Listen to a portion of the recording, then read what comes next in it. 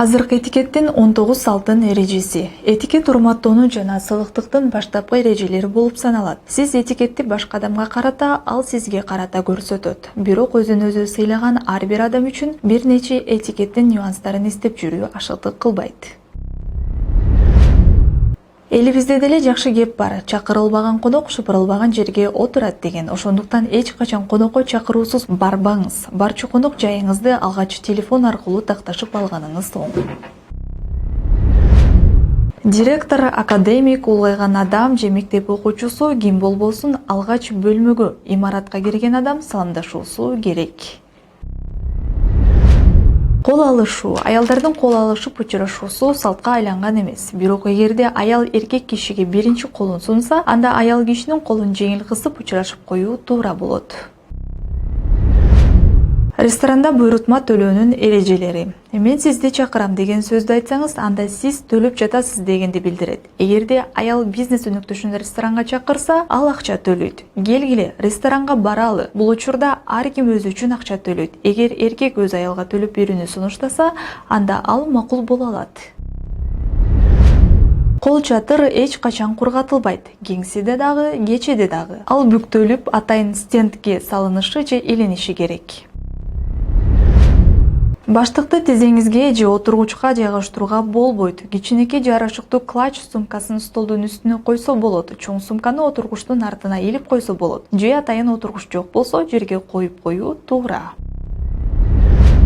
Атырды колдонууда аша чаап кетпөө керек. Эгерде сиз өзүңүздүн атырыңыздын жытын жыттап жатсаңыз, анда калгандардын бардыгы сиздин ашыкча сейип алган атырыңыздан муунтулгандыгын билип алыңыз.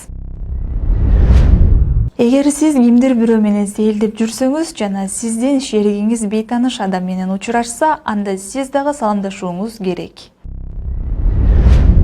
Эркек эч качан аялдын сумкасын көтөрбөйт жана аялдын тонун кийим чечүүчү бөлмөгө алып келүү үчүн гана алат. Үй кийимдери. Пижама эртең менен дааратканага, кечинде ваннадан уктачу бөлмөгө чейин жөө басууга ылайыкталган. Ошондуктан аларды кийип алып, үйдөгү оокат аштык кылуу же конок тосуу туура эмес көрүнүш. Бул учурда шым жана жемпер ыңгайлуу жана жарашыктуу көрүнөт.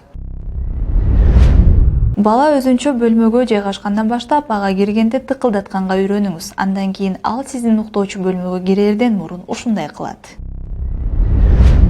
Аял имаратка киргенде шляпасын жана кол каптарын чечпесе болот, бирок шапка менен мээлей кийген болсо, аны чечүүсү керек.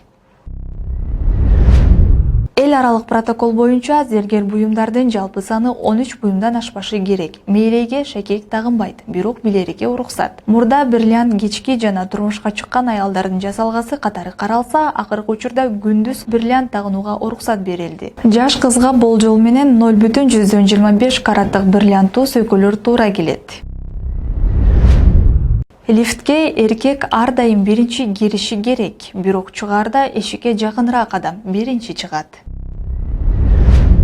Унаада айдоочунун артындагы орун эң кадыр барктуу деп эсептелет. Аны аял алат, анын жанында эркек киши отурат. Ал эми машинадан түшкөндө эшикти кармап айымга колун берет. Эгер эркек киши унаа айдап бара жатса, анда аял кишинин артына отурганы артык. Бирок аял кайсы жерде отурбасын, эркек ага эшикти ачып жардам берүүгө тийиш.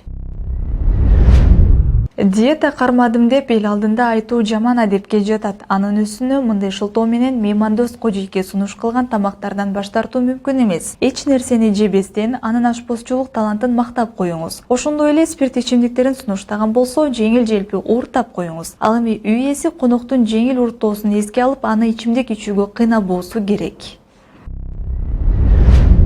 Бейтаныш адам менен саясат, дин, ден соолук, акча темаларында сүйлөшүүгө тыюу салынган. 5 нерсени жашыруу керек. Алар жашыңыз, байлыгыңыз, диний ишенимиңиз, дары-дармегиңиз, сүйүү мамилеңиз.